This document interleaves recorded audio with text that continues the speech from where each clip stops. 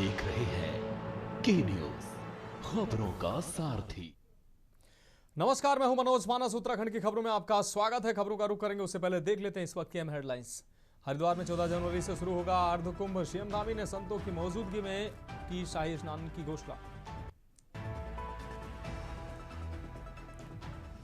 नैनीताल जिला पंचायत के अध्यक्ष व उपाध्यक्ष पद के चुनाव में हुआ बवाल। निष्पक्ष चुनाव कराने को लेकर दायर जनहित याचिका पर हुई सुनवाई। हाईकोर्ट ने जिला पंचायत सदस्यों को कोर्ट में पेश होने के दिए आदेश। काशीपुर में जिला अस्पताल का सीडीओ दिवेश शास्त्री ने किया निरीक्षण में अस्पताल की अव्यवस्थाएं सामने आती चली गई। सीडीओ ने मरीजों से अस्पताल की सेवाओं को लेकर लिया फीडबैक। कोटद्वार में बाबरी मस्जिद निर्माण के प्रस्ताव पर विवाद गहराया। किसान ने जमीन देने से किया इनकार। बाबरी मस्जिद ही क्यों बनाना चाहती है टीएमसी। हल्द्वानी में सरकार प्रदूषण नियंत्रण को लेकर हुई सख्त। बाहरी वाहनों पर ग्रीन से सेस लगाना अनिवार्य। ग्रीन सेस के जरिए वाहनों की होगी मॉनिटरिंग। और देहरादून रियल कॉलिबर प्रोडक्शन ने की प्रेस वार्ता। फिल्म विद्या ने सपनों की उड़ान का पोस्टर किया लॉन्च। आप देख रहे हैं के न्यूज, खबरों का सारथी। और अब खबरें विस्तार से। प्रदेश में एक बार फिर स्मार्ट बिजली के मीटर को लेकर सवाल खड़े हो गए हैं। इससे पहले विधानसभा में भी स्मार्ट मीटर को लेकर विपक्ष ने जमकर हंगामा काटा था। आरोप था कि सरकार के आदेश पर यूपीसीएल के माध्यम से लगाए जा रहे स्मार्ट मीटर से जनता को भारी नुकसान के साथ भारी भरकम भुगतान करना पड़ रहा है। ये रिपोर्ट देखिए।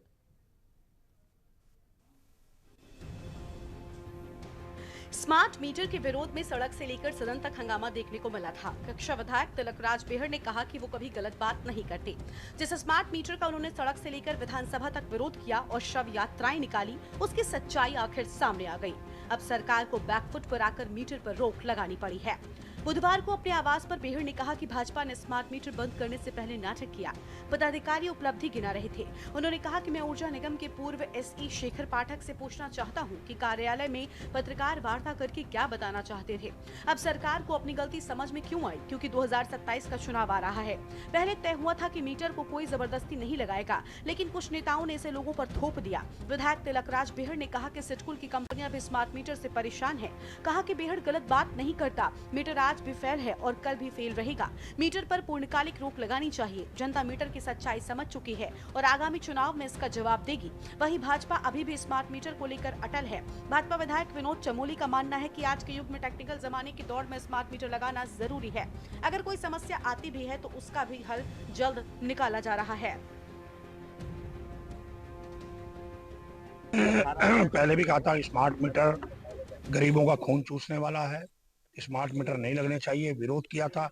सड़क से लेकर पहले मीटर तोड़े, फिर सड़क पे लड़ाई लड़ी, फिर वहां तक गए, विधानसभा तक।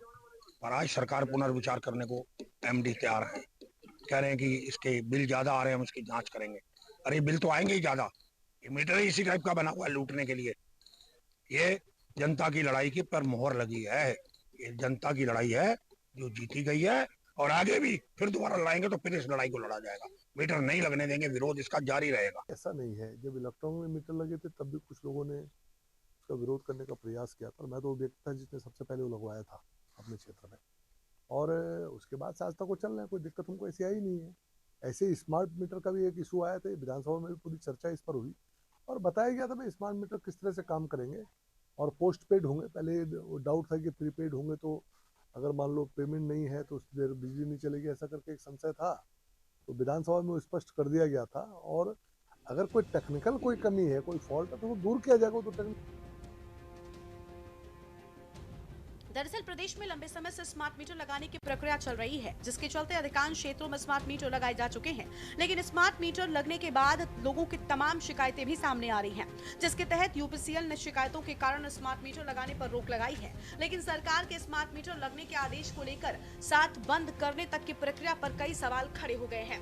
यही वजह है कि अब सभी विपक्षी दल सरकार के पहले भी स्मार्ट मीटर के आदेश का विरोध करते आ रहे थे और अब जवाब मांग रहे हैं, और भाजपा अपनी सफाई देते नजर आ रही है।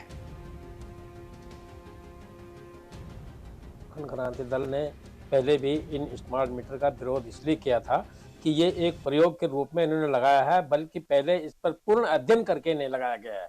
अगर पूर्ण अध्ययन करके लगाए गए होते तो ये मीटर इतने जल्दी जलते नहीं, ये मीटर इतने जल्दी खराब होते नहीं, और इतने जल्दी जनता के ऊपर जो भारी भरकम बोझ के बिल का बोझ दे रहे हैं वो आता नहीं। तो इसलिए उस टाइम भी विरोध था, लेकिन वर्तमान में जो काम रुका है वो इनकी टेक्निकल खराबियों की वजह से रुक रहा है। देखिए, कहते हैं ना, देर आए दुरुस्त आए। तो जिस तरीके से कांग्रेस पार्टी सदैव ये स्मार्ट मीटर को लेकर के हम एक आंदोलन हमने किया था, हमारे विधायक ने सबसे पहले शुरू किया था स्मार्ट मीटर को का विरोध करना। तो आपने देखा कि सरकार को देर से ही सही कांग्रेस पार्टी की बात माननी पड़ी, क्योंकि उन्हें ये समझ आ गया जब आम जनमानस भी सड़कों पर स्मार्ट मीटर के विरुद्ध उतरा। आपने देखा कि कई लोगों ने शिकायतें की कि 2-2, 3-3 महीने से उनका घर बंद है, स्मार्ट मीटर लगा हुआ है और लाखों लाखों के बिल आ चुके हैं। कि ये आधुनिकता का दौर है और आधुनिकता के दौर में जिस प्रकार से स्मार्ट मीटर की कवायद हमारी भारतीय जनता पार्टी की सरकार ने शुरू करी है, वो निश्चित तौर पर एक अनोखी पहल और सराहनीय पहल है। और जहां तक रही बात तिलक राज बेहड़ जी की, तो वो हमेशा विवादास्पद बयान देने के लिए मशहूर है। और एक सिर्फ तिलक राज बेहड़ ही नहीं, पूरी कांग्रेस में जो वैकेंसी निकाली जाती है वो यही देखकर निकाली जाती है कि कौन किस हद तक उल्टे सीधे बयान दे सकता है।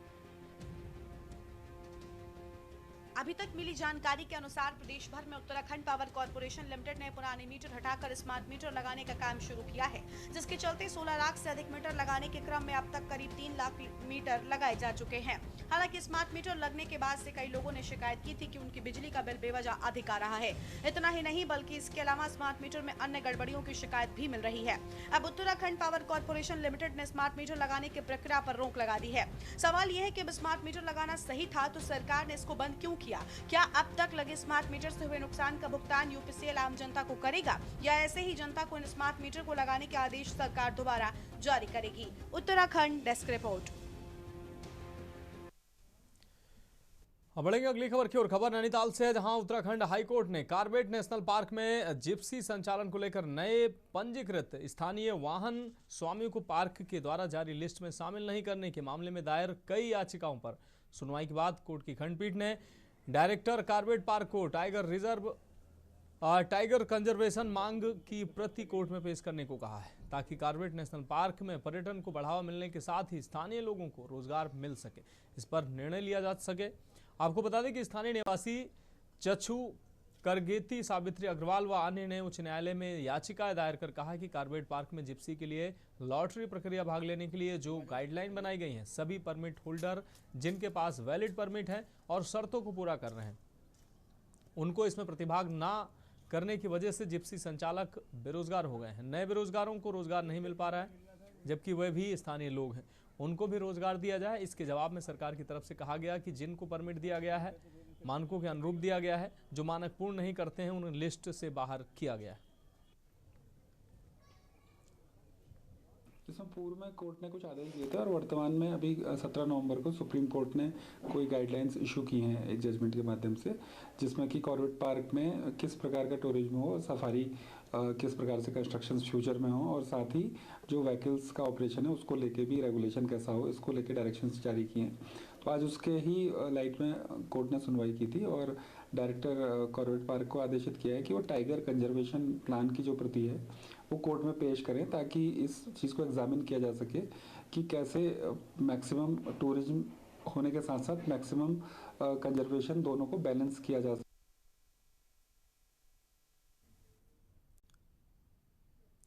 बढ़ेंगे अगली खबर की ओर। खबर उधम सिंह नगर से है, जहां गुलर भोज शैक्षिक अनुसंधान एवं प्रशिक्षण परिषद नई दिल्ली द्वारा क्षेत्रीय शिक्षा संस्थान भोपाल में आयोजित राष्ट्रीय बाल वैज्ञानिक प्रदर्शनी में सर्व इंडिया इंटर कॉलेज रोशनपुर में अध्ययनरत दीपक सिंह ने प्रतिभाग कर विद्यालय व प्रदेश का नाम रोशन किया है।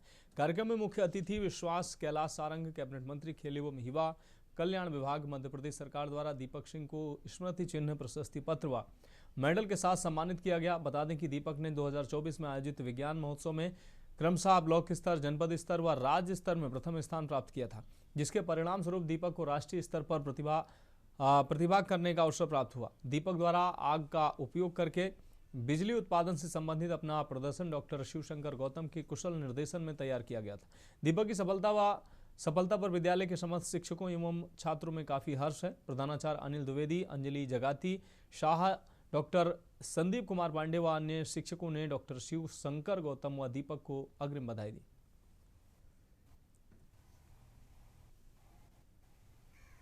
विद्यालय के लिए और हमारे जनपद के साथ ही साथ हमारे प्रदेश के लिए बड़े गौरव का विषय है। और सर इसके लिए जो मेन श्रेय है इसके सफलता का वो डॉक्टर शिवशंकर गौतम जी को है। वो आज यहाँ पर उपस्थित नहीं है विद्यालय में, और गौतम जी को और इस बच्चे को ढेर सारी शुभकामनाएं। हमारे इस विद्यालय का बच्चा दीपक, जिसने नेशनल लेवल पर क्या कहते विज्ञान उसमें प्रदर्शनी में भाग लिया था भोपाल में, और इनके जो मार्गदर्शक टीचर थे डॉक्टर शिवशंकर गौतम जी, उनका बहुत ही बड़ा योगदान रहा है इस बच्चे को आगे ले जाने में। और विद्यालय का पूरे राज्य में इस समय नाम हुआ है। मैं हाल ही में हुई बाल वैज्ञानिक प्रदर्शनी में भोपाल गया था। वहाँ जाकर मुझे बहुत अच्छा लगा। वहाँ पे मैंने अपने प्रोजेक्ट में भी काम किया था जिसका नाम आग से बिजली बनाने का था। मैंने उस पर भी काम किया था और मुझे वहाँ जाकर बहुत अच्छा लगा। और अगर मेरे को सरकार आगे मेरी मदद करेगी तो मैं नए नए आविष्कार करने की आविष्कार करने की वो करूँगा। बढ़ेंगे अगली खबर की ओर। खबर देहरादून से है, जहां कैबिनेट मंत्री गणेश जोशी ने मसूरी विधानसभा क्षेत्र में चल रहे विकास कार्यों और आपदा प्रभावित क्षेत्रों में पुनर्निर्माण प्रगति की समीक्षा की है। कैंप कार्यालय में हुई बैठक में लोक निर्माण विभाग, PMGSY, जल संस्थान, पेयजल निगम, सिंचाई और जिला प्रशासन के अधिकारी मौजूद रहे। मंत्री गणेश जोशी ने सभी विभागों को आपसी सामंजस्य के साथ कार्य करते हुए पेयजल, सीवर लाइन, सड़क मार्ग, विद्यालय, पंचायत भवन और सुरक्षात्मक कार्यों से जुड़े प्रस्तावों को आपदा मद में तैयार कर शीघ्र स्वीकृत हेतु भेजने के निर्देश दिए। उन्होंने विशेष रूप से सेरकी, सिल्ला, भैंसवाड़, छमरौली, सिमियारी, सरखेत, धनोल्टी मार्ग, फुलेत, सरोना, अन्य प्रभावित क्षेत्रों में सड़क निर्माण व मरम्मत से संबंधित सभी कार्य 1 सप्ताह में पूर्ण करने को कहा है। मंत्री जोशी ने स्पष्ट किया कि लापरवाही बर्दाश्त नहीं की जाएगी।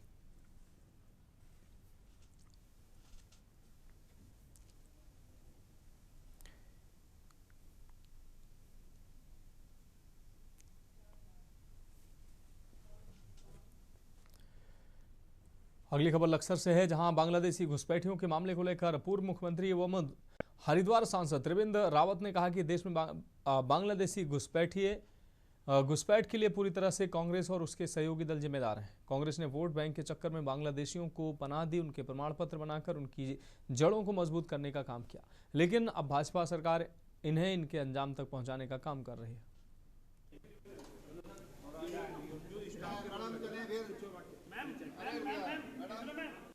एक शुरुआत की है बिहार, बंगाल, उत्तराखंड और तमाम राज्यों में धीरे धीरे करके देश के सभी हिस्सों में जो डेमोग्राफिक चेंज जो आ रहे हैं और बहुत तेज़ी से आ रहे हैं, उस तक पहुंचने की कोशिश की है।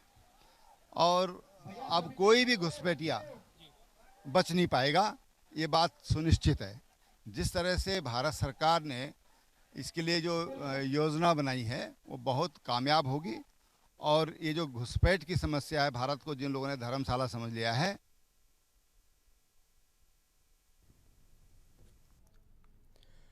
बढ़ेंगे अगली खबर की ओर। जनपद हरिद्वार पुलिस के मादक पदार्थ तस्करी विरोधी विशेष अभियान के तहत मंगलौर पुलिस को एक बड़ी सफलता हाथ लगी है। सघन चेकिंग के दौरान पुलिस ने 55 लाख रुपए से अधिक की अवैध स्मैक बरामद करते हुए एक अंतरराज्यीय स्मैक तस्कर को रंगे हाथों गिरफ्तार किया।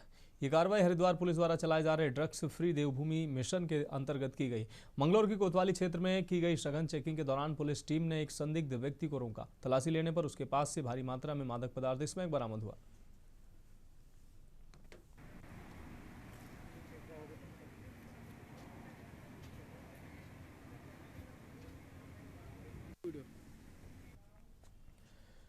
बढ़ेंगे अगली खबर की ओर। देहरादून में यूकास्ट द्वारा आयोजित विश्व आपदा प्रबंधन सम्मेलन 2025 में केंद्रीय पर्यावरण, वन एवं जलवायु परिवर्तन मंत्री भूपेंद्र यादव ने वर्चुअल माध्यम से प्रतिभागियों को संबोधित किया। उन्होंने सिलक्यारा विजय अभियान को भारत की आपदा प्रबंधन क्षमता का ऐतिहासिक उदाहरण बताते हुए कहा कि यह अभियान मजबूत नेतृत्व, वैज्ञानिक दक्षता और टीम भावना का प्रमाण है।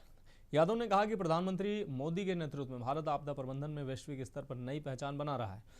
CDRI जैसे अंतर्राष्ट्रीय संगठन के गठन को उन्होंने भारत की बड़ी उपलब्धि बताया। साथ ही उन्होंने हिमालय को अध्यात्म, संस्कृति और पर्यावरणीय धरोहर बताते हुए कहा कि आपदा प्रबंधन की वैश्विक रणनीतियों में हिमालय को केंद्र में रखना बेहद आवश्यक है।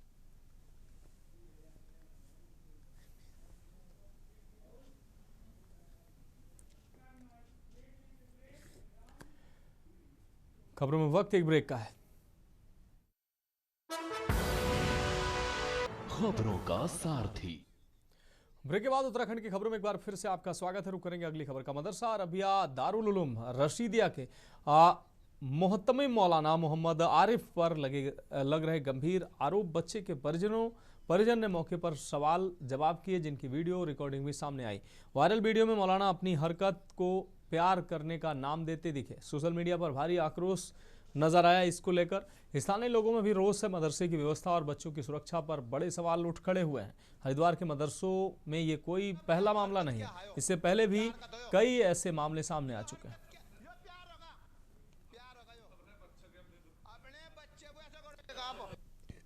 इस कंपटीशन में बहुत कुछ रहने वाला है। 30 तारीख को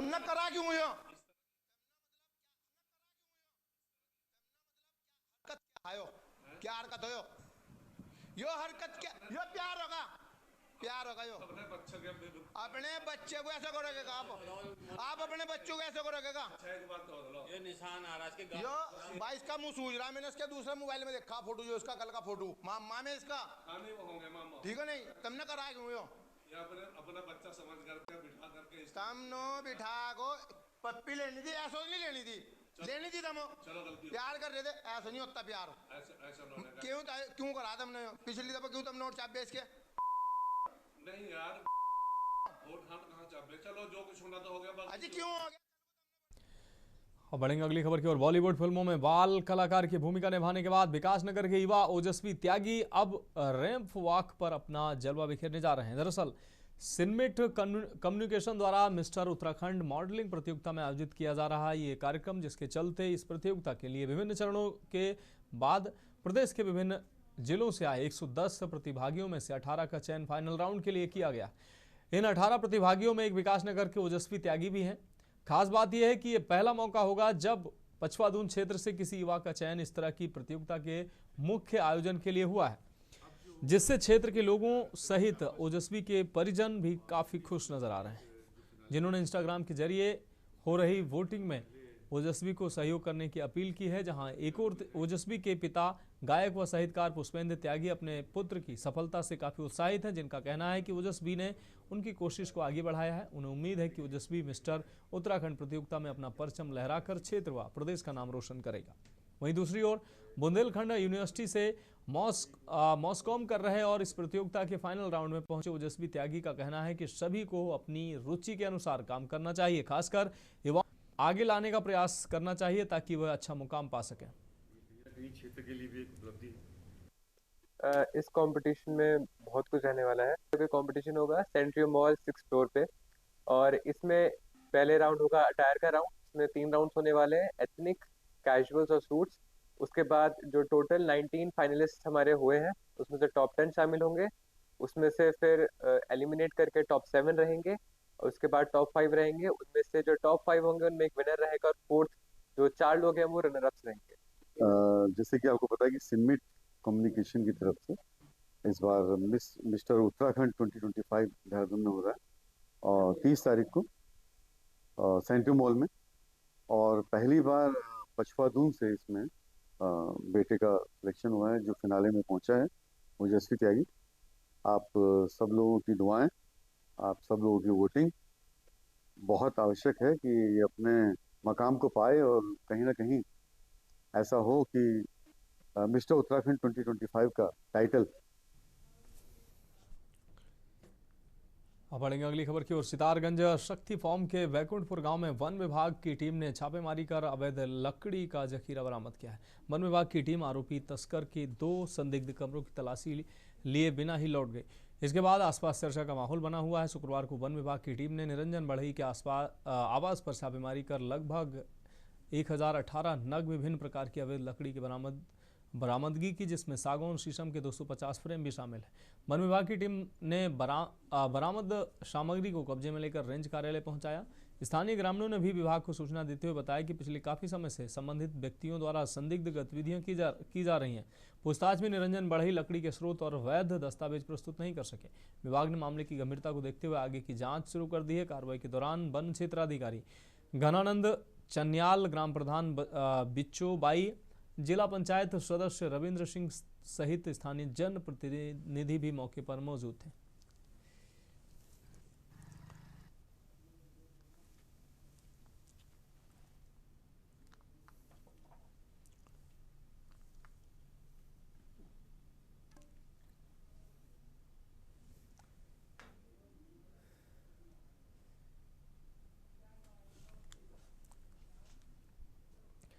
अब बढ़ेंगे अगली खबर की ओर। रुड़की के दो युवा निशानेबाजों ने दुनिया के सबसे बड़े खेल मंचों में से एक 25वें समर डेफ ओलंपिक में भारत का तिरंगा बुलंद कर दिया है।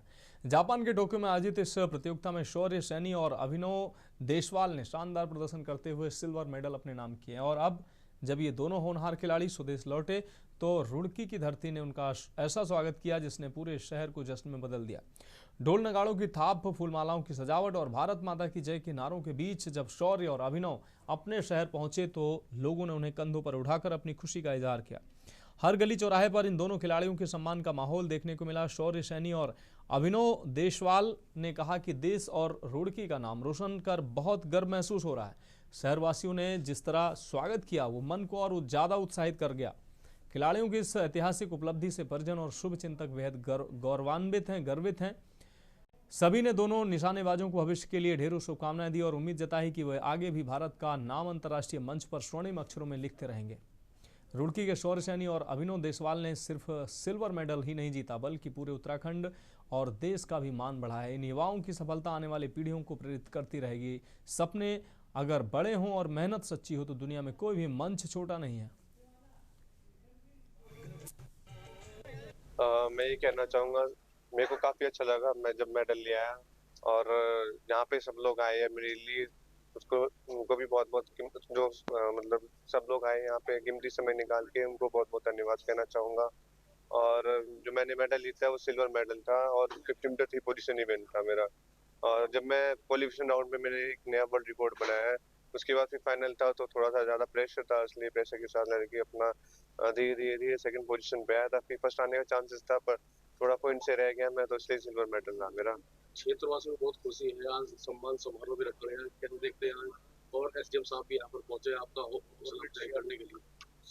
मैं उन सबको बहुत बहुत धन्यवाद कहना चाहूँगा, अपना कीमती समय निकाल के यहाँ पे आए हैं, तो बहुत बहुत धन्यवाद। कैसा लग रहा है? अच्छा लगा। जापान कैसा लगा आपको? बहुत अच्छा लगा।